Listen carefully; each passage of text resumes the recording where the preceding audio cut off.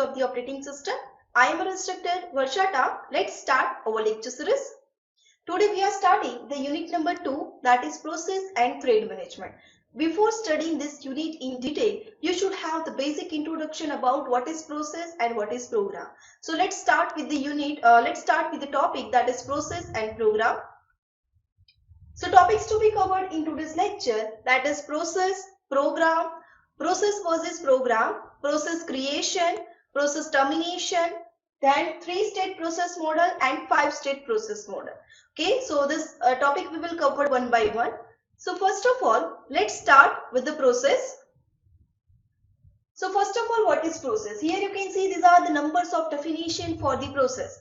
How you can define the process? We can say the process is the program under execution.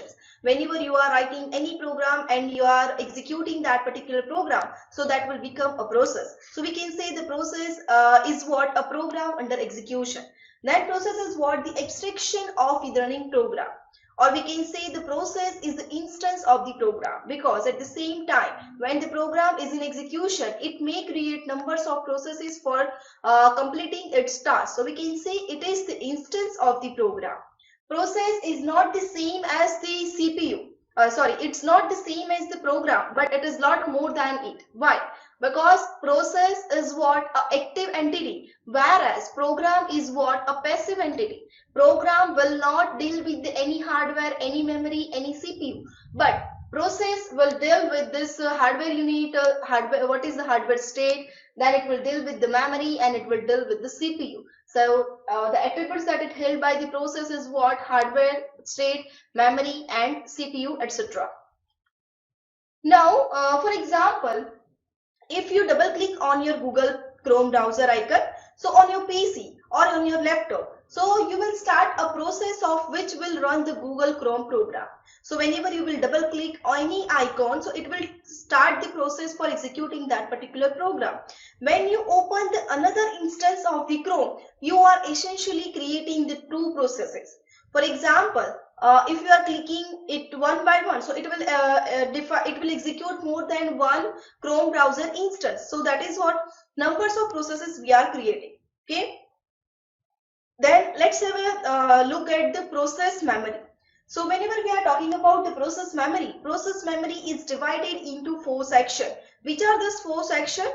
This first is what? Text section. Text section, that means what? It is the made up of the compiled program. Whenever you will compile any program, it will generate one compiled code.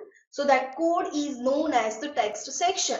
So it is the made up of the compiled program code read in from the non-volatile storage when the program is launched. Then another part of this process memory is the data section. Now what is this data section? Data section is made up of the global and static variable that is allocated and initialized at the prior of execution. Okay, so that everything that is matter in the data section.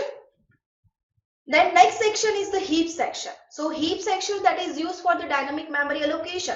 So using the calloc, malloc and reloc function, you can use this function.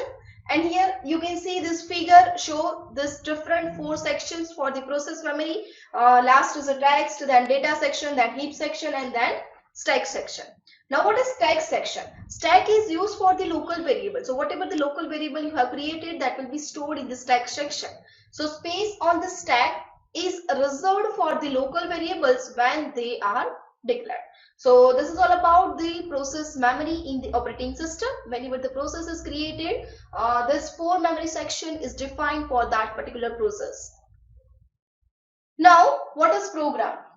So the program is an executable file which contains the certain set of instructions that is written to complete the specific job on your computer.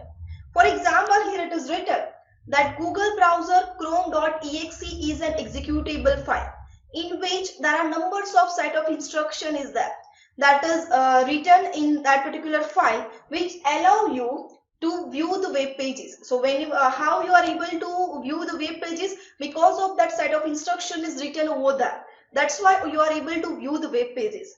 So next is what? The program are never stored on the primary memory, but process is stored on the primary memory. Instead, They are stored on the disk or the secondary memory on your PC, on your laptop. So they are read from the primary memory and executed by the kernel. Now here you can see this is the one of the program that has created this numbers of processes. So meaning of the program is what? When the program is under the execution, it creates the numbers of processes to complete its task. Now what is the difference between program and process? Okay, so now all of you are about what is process and what is program. So let's have a difference between this. So first difference, what is program? Program contains the set of instruction designed to complete a specific task. In process, process is an instance of the executing program. So as I giving the example, whenever you are writing the C programming code, that is what that set of instruction is a program. But when you run it, that will become the process. Program is a passive entity as it resides in the secondary memory, whereas process is an active entity. The next difference is what? The program exists at a single place and continue to exist until it's deleted. Okay, and whereas process is what? Process exists for a limited span of the time and it gets terminated after the completion of the task. Now the next difference is program is a static memory and process is a dynamic memory. And process does not have any resource requirement. Program does not have any resource requirement, whereas process have the resource requirement, because for execution process needs for example CPU, memory, input output peripheral devices, etc. Program does not have any control block because the program is a static entity, whereas process needs the process control block that we will see in detail. So this is the difference about the program and process. Now what is process and what is program? Let's see. So here you can see this is what a program. You have written the print statement to print the hello world. So this is what a program. Now here it is defined, this is the program. But whenever you are going to execute it, whenever you are going to run it, so it will become the process. So this output will given by the process under the execution. So now you have the better idea about what is process and what is program. So what is process creation? First, system initialization. There are numbers of ways for the process creation. Let's see it one by one. First is a system initialization. So whenever you are starting your PC, so at that time the system will initialize. For example, whether it is a Windows, whether it is a Ubuntu Linux, etc. So that is what again a process. At the time of the system booting, various processes are created. So that is because of the system initialization. There are basically two types of processes, which are foreground process and background process. So foreground process and background process are created. Now what is the background process? Background process, that means that it will not interact with the user. For example, accepting the mail. Your devices will accepting the mail. For example, you have the mobile phone. Whenever any mail will arrive, so that will be accepted by your device and you will get the notification. But that process will not interact with you. So that is what the background process. Now what is the foreground process? Foreground process that interact with the user. For example, you are executing the program for calculating any value. For example, you are executing the program for adding two variables. So that process will interact with you. So that is what a foreground process. Now got it what is background process and what is foreground process? Now second, how the process is created. So for second is the execution of process creation system call by running the process. For example, fork is used to create the process. So that is the another way for creating the process. Running process will issue the system call to create one or more processes. So to help it, for example, here the example is given. A process fetching the large amount of the data and execute, it will create the two different processes. One for fetching the data and another for executing it. So these are the one process will create the two different process for fetching and for executing. So that is what using the fork. That is execution of process creation using the system call. So here you can see this process P1 will create the two different process, that is process P2 and process P3 for executing and another process for the fetching the data. Now third is what? A user request to create a new process. For example, start a process by clicking on icon, so that will open the Word. So here you can see in this figure, whenever you are clicking the Word icon, it will open this Word document. So this is what another process, because you are requesting to create the process. When you are starting any browser, for example, you are starting the Notepad++, you are starting the Chrome, you are starting the Mozilla Firefox, so everything will create one process. Okay. Then fourth one is what? The initialization of the batch process. That is applicable only to the batch system found on the large mainframe. So these are the numbers of ways for creating the process. Now next is process termination. Okay. So first how we are able to execute from the how we are able to exit from the process. So first is the normal exit, that is voluntary. That means you are closing that particular software, you are closing the Word document, you are closing the Notepad, you are closing the browser. So that is what the normal exit. So terminated because the process has done its work. Okay, so now you don't want, for example, you are working with the Visual Studio. Now you don't want to work anymore. So what you will do, you will close that particular editor. So that is what you have done the normal exit. So that is again the process termination. Now next is the error exit. Okay, so that is voluntary. That means the process discover a fatal error. For example, user types the command, that is foo.c to compile the program, and if no such file is available, so that is error exit.